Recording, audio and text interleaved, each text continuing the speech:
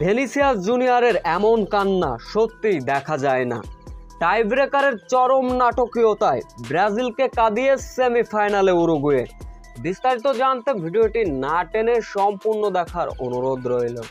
প্রথমার্ধে উরুগুয়ে যেখানে 5টি শট নিয়েও একটিতেও লক্ষ্য রাখতে পারেনি, সেখানে 3টি শট নিয়ে 2টিতে লক্ষ্য ছিল ব্রাজিলের।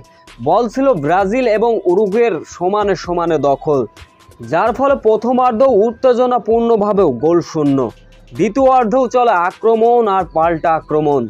দলীয় 73 মিনিটের মাথায় উরুগুয়ের 8 নম্বর জার্সি পরিহিত খেলোয়াড় লাল কার্ড পায়, যার ফলে 10 জন নিয়ে খেলতে হয় উরুগুয়ের। পুরো 90 মিনিট আধিপত্য দেখালো ব্রাজিল, ফলে গোল শূন্য ড্র।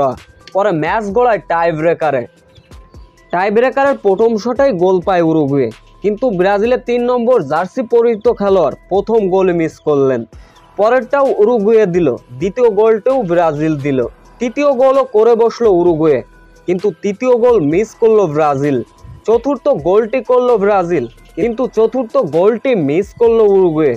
পঞ্চম গোলটিও করে বসলো উরুগুয়ে, যার ফলে টাইব্রেকারের চরম নাটকীয়তায় 4-2 গোলের ব্যবধানে ব্রাজিলকে কাঁদিয়ে সেমিফাইনালে উঠে গেল উরুগুয়ে।